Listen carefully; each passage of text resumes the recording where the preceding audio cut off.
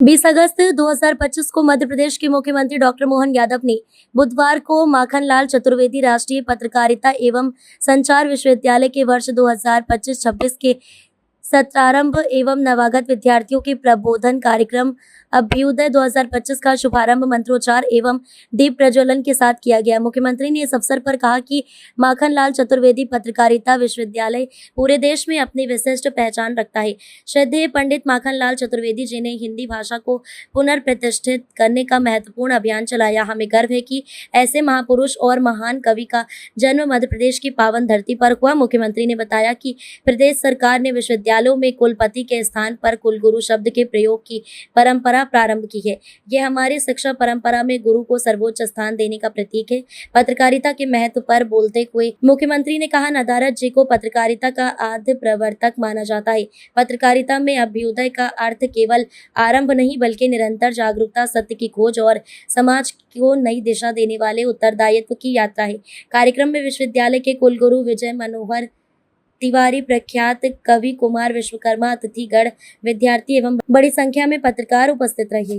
आज के इस कार्यक्रम में कुलगुरु विजय मनोहर तिवारी जी, आपने बहुत अच्छे से, वैसे तो आप लेखन के अद्भुत एक प्रतिभा संपन्न व्यक्तित्व के नाते से जाने जाते हैं।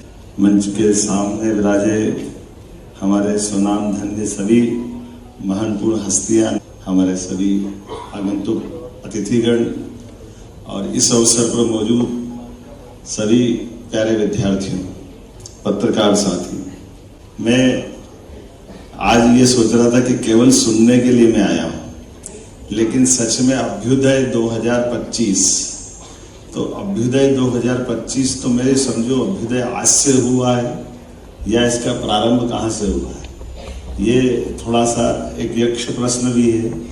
और जब पत्रकारिता की जगत में बात करते हैं तो हमको हर काल हर युग में पत्रकार, उनकी प्रति भावना, उनकी भूमिका, वैसे नायक, ऐसे कई प्रकार के अलग अलग हमको ये घटनाक्रम निगाह में आ जाते हैं।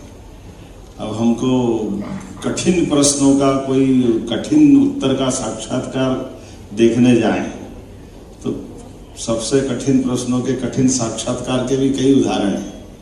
एक कठिन प्रश्न यक्ष से होते हैं और युधिष्ठिर उसके उत्तर दे दे करके उनको संतुष्ट करने का वो साक्षात्कार भी अमर होता है। और जब मैं आज माखनलाल चतुर्वेदी जी के इस पत्रकारिता के इस विश्वविद्यालय में आया हूँ, सच में मैं पहली बार ही आया हूँ भवन बनने के बाद, और ये पत्रकारिता संस्थान की बहुत अच्छी साख है पूरे देश भर में अलग प्रकार से। और ये जितनी बड़ी इसकी अच्छी साख है, उतने अच्छे कुलगुरु का चयन भी हमने किया, हमें इस बात का आनंद मिला। और सोने पे सुहागा कि आज के अभ्युदय का उद्घाटन भी कुमार जी से हो रहा है, क्या आनंद है हमारा। वक्ता वो जिसको सुनने के लिए पीछे पीछे श्रोता आ जाए, ये आनंद आना चाहिए कि नहीं आना चाहिए हमारे लिए। आपको मेरी बात से सहमत तो दिखना भी चाहिए। हमारे सारे जितने भी हमारे हवन यज्ञ है, उसकी आहुति बगैर कोई काष्ठ के हो सकती है क्या? ये तो अधूरी है ना। ये सर, हम तो सब सनातन संस्कृति वाले हैं, तो स्वाभाविक रूप से माखनलाल जी उस पत्रकारिता के उस यज्ञ पिंड की पहली आहुति वाले भाव से उन्मान, जिनने अपने जीवन काल के आधार पर, वैसे कहा भी जाता कि माधव सदाशिव सप्रे जी के बाद के वो उस दौर के लोग हैं जिन्होंने हमारे हिंदी को पुनर्प्रतिष्ठित करने का एक बड़ा अभियान चलाया।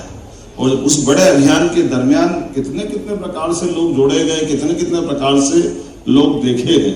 हिंदी की अपनी यात्रा, देवभाषा की ये पुत्र के नाते से इसकी पुत्र की यात्रा हिंदी की, इसका ये ज्यादा पुराना इतिहास नहीं, लेकिन पुनर्परिभाषित करने का, प्रतिष्ठित करने का, देवभाषा के रूप में संस्कृत की इस योग्य पुत्र की इस यात्रा में ऐसे बड़े बड़े नामों ने अपनी बड़ी भूमिका अदा की।